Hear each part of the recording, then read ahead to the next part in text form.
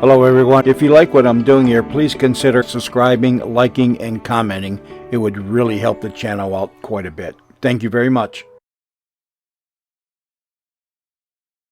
I'd rather have a Raleigh. I'd rather have a Raleigh. I'd rather have a Raleigh. I'd rather have a Raleigh. Because Raleighs are right. Right for taste and right for throat.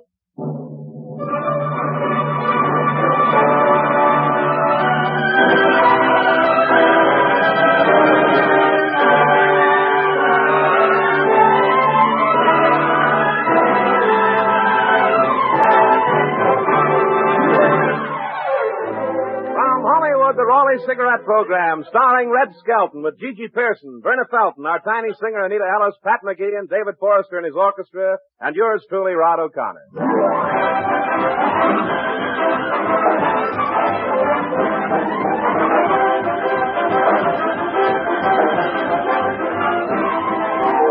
It's a pleasure to bring you Metro-Goldwyn-Mayer's popular comedian and the star of the Raleigh Cigarette Program, Red Skelton!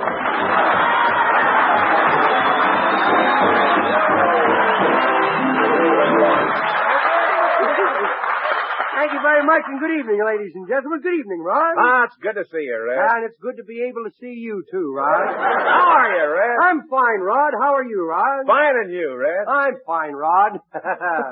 Wonder what the other morons are doing tonight. Well, Red, how was your trip to Philadelphia? Oh, it was wonderful. There and back. You know, airplanes is the only way to travel nowadays. Well, you talk as if you were air-minded. I am not air-minded. I can prove my head is vacuum-packed. Well, was it an interesting trip? Yes, it was. Once during the trip, a lot of ice and snow formed on the wings, and I asked the pilot what he was going to do about it. See? Well, what happened? Well, the pilot was from California. It was the first snow he'd ever seen, so he climbed out on the wings and made a snowman. Well, what altitude were you flying at? I don't know, but on a clear day, you could see Buck Rogers. Well, they really give you good service on those airlines. Yeah, but there's one thing I don't like about airplanes. They strap you in your seat. That makes me nervous, you know. Well, why should it make you nervous when they strap you in the seat? That's the way Grandfather went. They strapped him in a chair.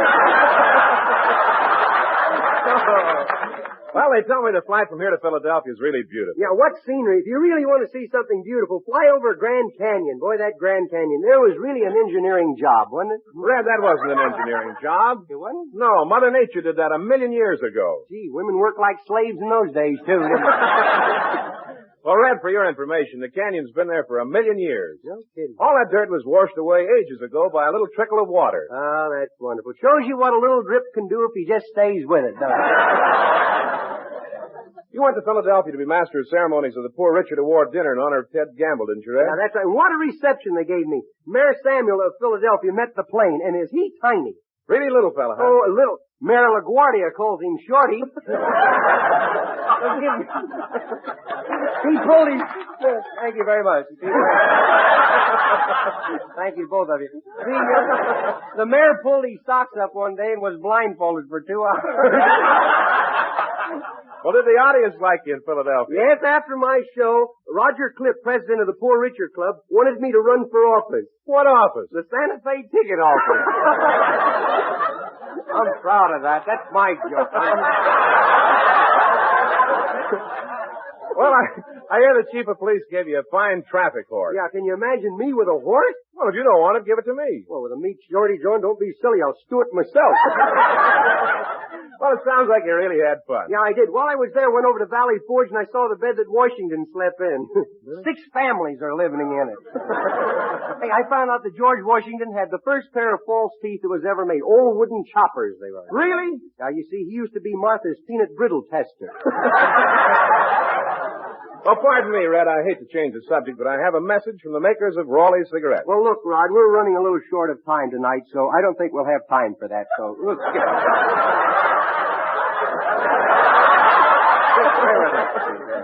My boy. My dear boy. Look, Mr. Raleigh's probably getting sick and tired of all that publicity. Raleigh cigarettes. He knows everybody's smoking them. Just tear the stuff up. Go ahead. Throw it away. Okay, Red, if you insist, I'll tear it up. Tear it up. Ladies and gentlemen, you have just listened to the psychopathic scene from Lost Weekend. Go ahead, Rod. Tell them the big news. Go ahead. Now, medical science offers you proof positive. Yes, medical science offers you proof. Positive. No other leading cigarette is safer to smoke because no other gives you less nicotine, less throat-irritating tars than the new, smoother, better-tasting Raleigh. Yes, Raleighs are right. Right for taste. Right for throat. For medical science now offers you proof positive. No other cigarette gives you less nicotine, less throat-irritating tars. So no other is safer to smoke. Next time, ask for Raleigh's. And no other program gives you lovely Anita Ellis singing, I'm Always Chasing Rainbows.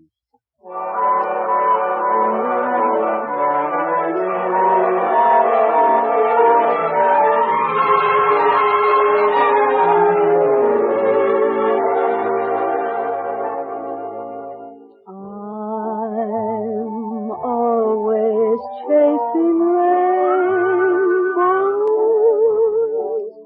watching clouds drifting by. My schemes are just like all my dreams, ending in the sky. Some fellows look and find the sunshine. I always look and find the rain. Some fellows make a winning sometime. I never even make a game. I'm always chasing rainbows, waiting to find a little bluebird in there. Some fellows look and find the sunshine. I always look and find the rain. Some fellows make a winning sometime. I never even make a game.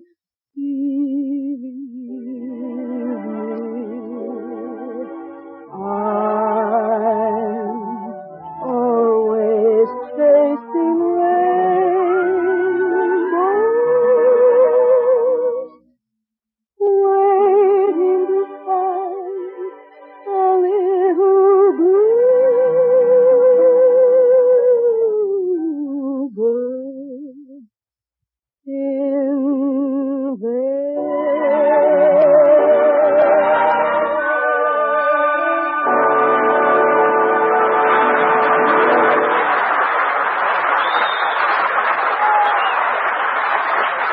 Thank you very much, Anita Ellis. Oh, by the way, I'm on the Silco Hall of Fame program this week. I thought I'd get that in there. Thank you very much. And tonight we open the Skelton Scrapbook of Satire to a story entitled People Celebrating. Our characters are fictional. Any similarity to persons living is a physical impossibility.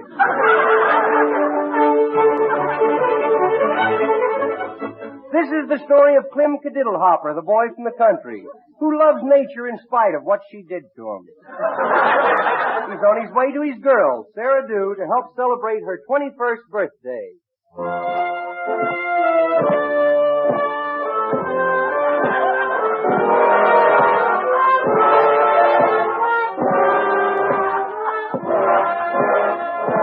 Well, here I am.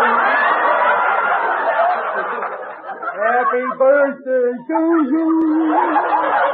Do, do, do, do, do, do, do, do, do, do. I could make it, but my eyes would pop out. Well, it's Skip. I got all my birthday greetings written down. Yep, hey, here they are, here they are. Now, if I could only read, that would be... But after all, I'm only 25. No use straining myself, you know. Well, it's your Sarah Dew's house. I wonder who that car belongs to. No dents in the fenders. Not a scratch on it anywhere. Can't belong to a woman. I'll just sneak around and do a little snooping before I go in. You know, I better not. I'm getting that keyhole squat from straining. Here's a window open. I'll just peek in here. What do you know? They washed it. Good heavens, what happened? Well, Oh, howdy, Clem. well, Sarah, do howdy doody to you, too.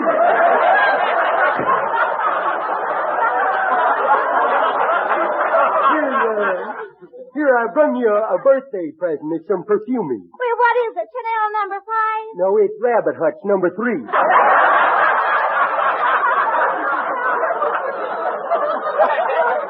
Clem, can I open it? Oh, by all means. By all... Oh, good heavens. What's that? I made it myself.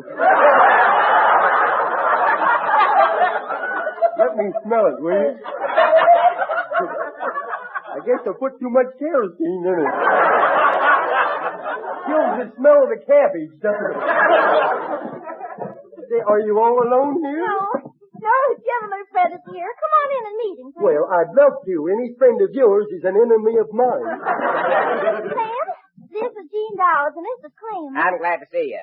You ever seen me before? No, can't say that I have. Well, how do you know it's me? Have you known Sherry Dew long? Long enough. I think so, too. When you leaving? Now, what's on your mind? On my what? Your mind. Must be a stranger in town.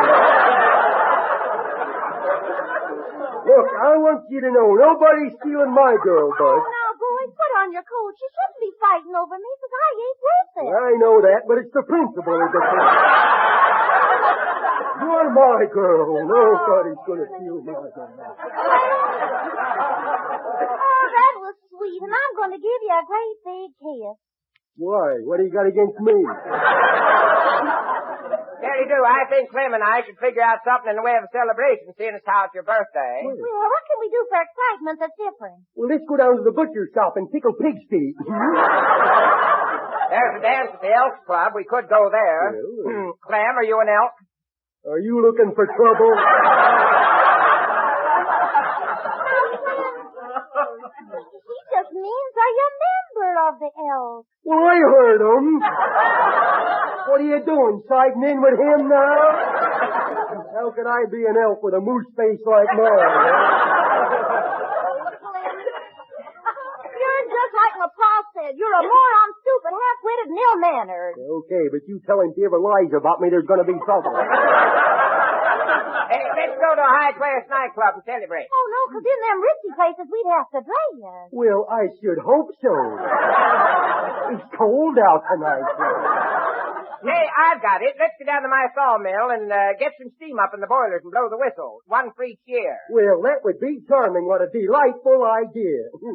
Take a lot of steam, though, wouldn't it? Why, Clem, I've only seen 21 summers. Only 21 summers, huh? How about that winter you helped Paul Revere saddle his horse?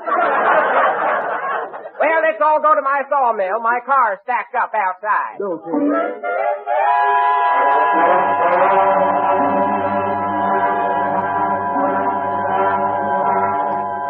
You know, I've always wanted to visit a sawmill.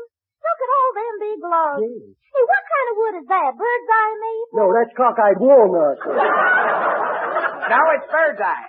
Does it smell fresh? Smell fresh? It is fresh. One of them bird's eyes just winked at me. Well, stand back, everybody. I'm going to throw some logs on the fire and get up some steam so we can blow that whistle. Oh, well, protect your face, Clem, from that heat or you'll singe all the hair off in your face. Yeah, I better fold my ears over my eyes, hadn't you? Well, hey, here goes a few logs.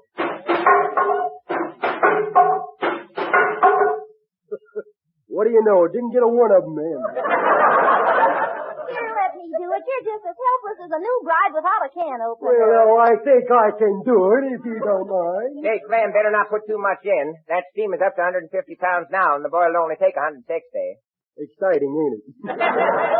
Makes a nice little plot, don't it? Of course, some of you folks out there have already got it finished already. In case you have, don't tell anybody sitting next to you, eh? I got a feeling some of you ain't paying attention.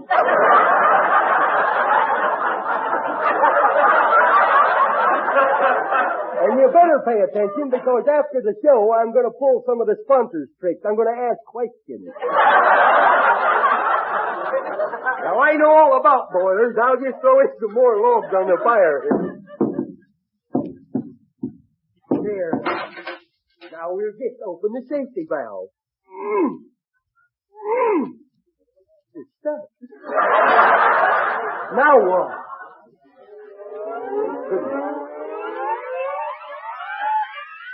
Look at that gauge. It's 159 pounds. Yep, one more pound, we can tell everybody we went out together.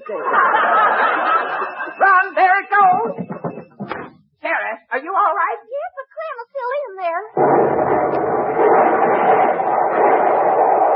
Here he comes now. I don't see him. Oh, Clem, are you all right? Yeah, but untie my shoestring so I can get my head out, will you?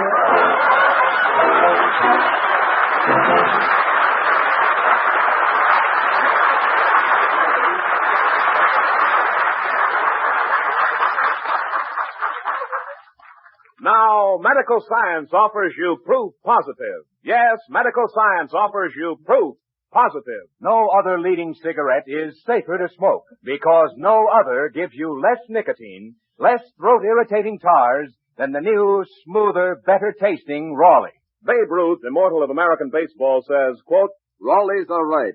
Right for taste, right for throat. I've studied the test myself and I know it's true. Medical science has proved no other cigarette gives you less nicotine, less throat-irritating tars.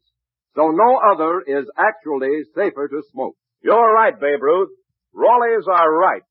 Exhaustive scientific tests of America's 6 biggest-selling brands, certified by 14 distinguished doctors, including eminent throat specialists, have just proved conclusively no other cigarette gives you less nicotine, less throat-irritating tars.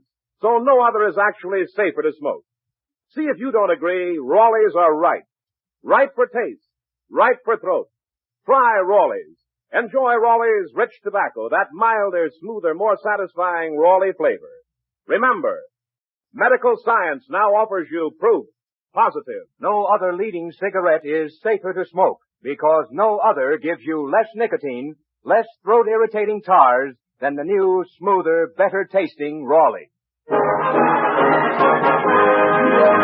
Now on page 102 of our scrapbook, we find a picture of David Forrester and his orchestra in a South American atmosphere as they play Tico Tico.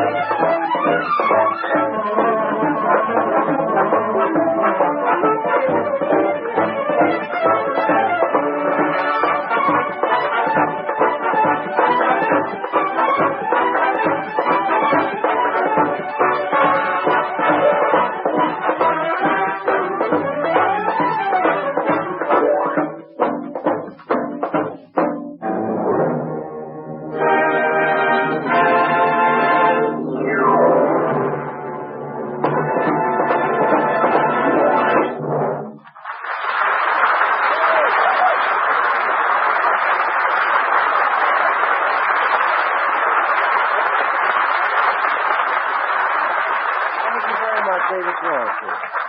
Chapter 67 of Celebrations is entitled Never Again.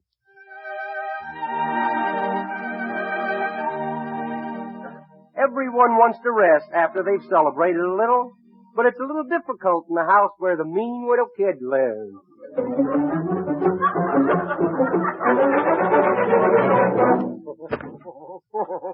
Julia, where are you? Hello, kiddo. Oh, there. Are you ready for dinner? Yes.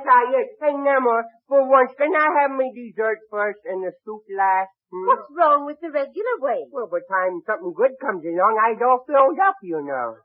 Julia, I thought you said you were ready for dinner. Yes? Did you wash? Now, that's a silly question to ask me, Grandma. Did you wash your ears? Well, you see it this way, Grandma. Ever since I learned how to wiggle my ears, I can't wash them. They get away from me every time, you know. Hey, is Grandpa home yet? Not yet. And I hope he gets home early. Well, don't worry. Some of the boys will help him, man. Boy, he sure was a pip last night, wasn't he, huh? Julia, and did you know what was wrong with Gran? Yes, I did. You said the old boy was sick, and the old boy said he was sick. So unless you both want to admit the old boy was blotto, I guess the old boy was sick. Junior, just because your grandfather is out late at a celebration doesn't mean he does those kind of things. What did he celebrate last night? He was voted as High Lama at the lodge. Yeah? What's he celebrating now? He is being crowned. If he comes home High Lama tonight, he's going to get crowned again. Well, you know, I think an occasion like that sounds for celebration for us, too. Let's go to the movies. No, not today. Not today, Junior. You know, there's a girl in the movies look just like you. I'll go get my coat. Really? Yeah, look just like you. See that she's so young and so glamorous to put me coat. Really, Junior? Yes, indeed. She looks just like you. Oh, so beautiful, so Rita Hayworth like you. She looks just like you. I got my coat there. Oh, well, then. Well, then, you can stay home and look at me. Yes. Boy,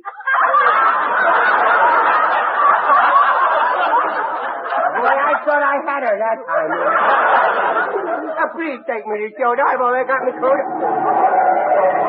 What's this? Oh, boy, this should be good.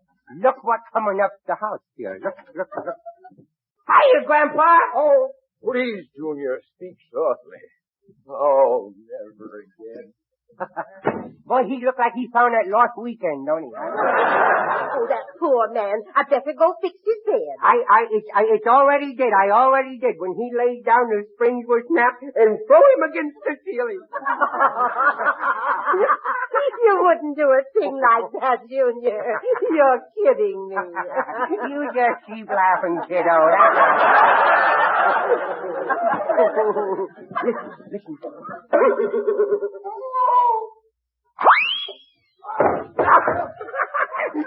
It worked. Did you hear him hit that wall? Did you? Order! There, press that Junior in his experiment. Junior, you rigged up this bed spring, didn't you? Huh? Aren't you ashamed? No. Why do you do naughty things like that? I guess it was something that happened to me in my childhood. What happened in your childhood? I was born. Junior, let's be quiet now and let your grandfather sleep a while. Okay. Oh, come on, Pat. Put that shillelagh down and get in the other bed. Yeah, put the club down. Grandpa, I am sorry. You should be! He yelled at me. He yelled at me. I haven't done anything. I love you so much, and he yelled at me. It wasn't that bad. Why he yelled at me? Did he hurt your feelings? Hurt my feelings. Oh, bless his little heart. Yes, bless his little heart.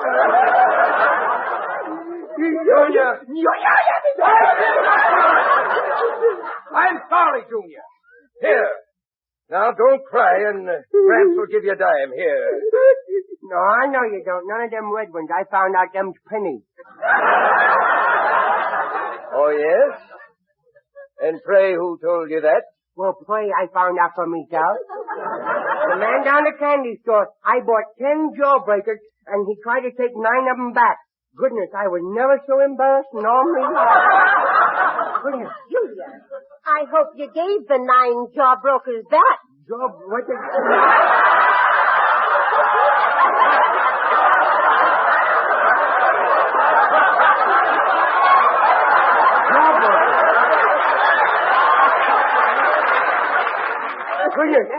what's a jawbreaker, huh? I offered to give him back, but he wouldn't take him out of me widow mouth.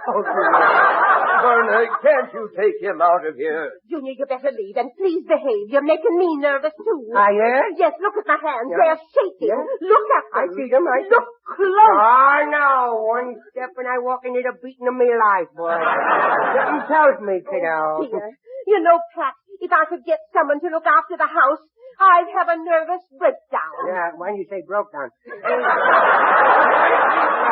I tell you what, you go to sleep. You go to sleep now. Go on. And I will sing to you. No, don't sing. Bye, and a sweet Junior, hour. please stop that awful singing. Oh, well, I can't help it if we don't let me improve my musical education. Every time I go near the piano, you take me hatchet away from me. I think we should both get out and let Gramp sleep. Yes, I think so. You want anything now, Dad? No, just a little peace and quiet. It's stuffy in here. Better crack the window. Yeah, here, let me do it. No! He didn't mean that way. Now she tells me. Now we'll have to get a new pane of glass. You better look for a new alarm clock, too. Please, Vernon, take him out of here. Come on, Junior. Here, let go of my ear. You're pulling me ear. You're stretching me ear I there. didn't stretch your ear. No, well, how come I look like half kid and half rabbit? Come on, let go of my ear. Thank you. Now we must be quiet. Yes. Now you run and play, and I'll set the table. And please be quiet. Okay, poor old Gramp. He's dead tired, he is. I was going to be quiet, so, look at that faucet leaking there. Now, he can't sleep with that dripping sound. I'm going to fix it. Junior, are you banging on the pipe with an iron bar? No, Grandma, I'm using me head. Well, stop it. You want to stir up all the rust? Yes. Well, they sure does love me, don't they, huh? Oh, but now how am I going to get down these steps without making a lot of noise? I could slide down the banister, but Grandma said not to. But she might not care in an emergency like this. And then again, she might. And then again, I really don't know why I was worrying myself thinking about it. I'm going to do this anyway. Look out for my baby! Now what happened? You know that vase you was always afraid I might break? Yes. Your worries is over. Junior, come here. Huh? I've got something for you. I don't wanna. I see what it is and I don't wanna. Imagine a size 10 slipper for a widow kid like me.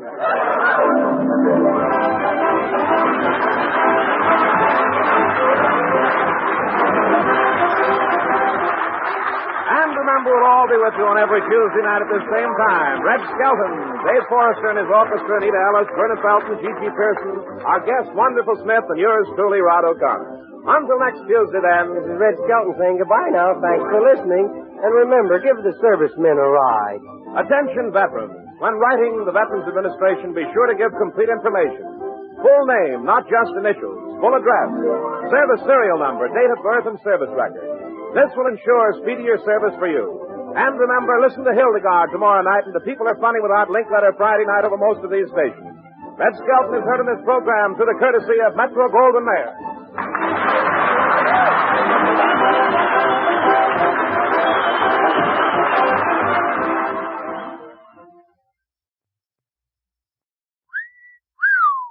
Sir Walter Raleigh. That's the tobacco that leaves your pipe as clean as a whistle. It's carefully blended from rich, ripe burleys and mellowed with just a touch of rum to enhance the natural, full-bodied flavor. And Sir Walter Raleigh burns cool and even, right down to the bottom of the bowl. Leaves a clean, dry ash in your pipe. Get Sir Walter Raleigh, the quality pipe tobacco of America.